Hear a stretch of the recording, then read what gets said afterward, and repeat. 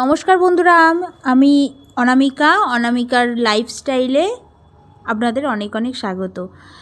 গতকাল ছিল সোমবার দিন আমাদের মাছ হয়েছিল।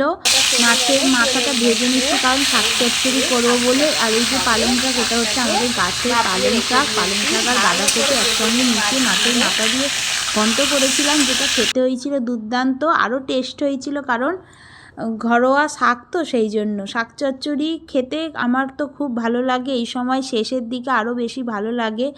আর এইদিকে কুলের চাটনি করবো বলে কুলটাকেও ভালো করে ধুয়ে নিয়েছি, ধুয়ে আর বোটাগুলো কেটে নিয়ে তার আগে ভালো করে ধুয়ে নিচ্ছি। আর এদিকে আমি মাছটাও ভাজছিলাম কারণ মাছের ঝোল করব।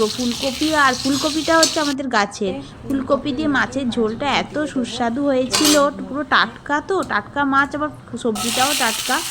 আর আমি কুলের আগে একবার আচার বানিয়েছিলাম, আর কালকে চাটনি বানিয়েছিলাম, কুলের চাটনি। দারুণ লাঞ্চ করেছিলাম, এক কথায় দারুণ। আর বাঙালির তো জানেন, মাছে ভাতে বাঙালি, একটু ভাত মাছ হলেই আর কিছু লাগে না। তার সাথে শাক চচ্চড়ি ছিল গরম গরম ভাতের সঙ্গে, আর মাছের ঝোল ছিল, আর লাস্টে ছিল কুলের চাটনি। দুপুরের খাবারটা এক কথায় অসাধারণ ছিল বন্ধুরা। আর আমার রান্না করতে করতে প্রায় 1:30টার সময় আমি সবাইকে খেতে দিয়ে দিয়েছিলাম। ভাত বেড়ে নিচ্ছি, এটা আমার শ্বশুরমশাইকে দেবো, দিয়ে তারপর আবার মেয়ে এলে মেয়েকে খেতে দেবো আর আমরাও খাবো। এইভাবে দুপুরের লাঞ্চটা কমপ্লিট করলাম। ভালো লেগেছিলো, আমার যেটা বেশি ভালো লেগেছিলো মাছের ঝোলটা, আর কুলের চাটনিটা তো দারুণ লেগেছে। আর কুলের চাটনি দেখবেন সব কিছু ফেলে মনে হয় একটু কুলের চাটনি খায়, আবার রোদে বসে খেতে বেশি ভালো লাগে।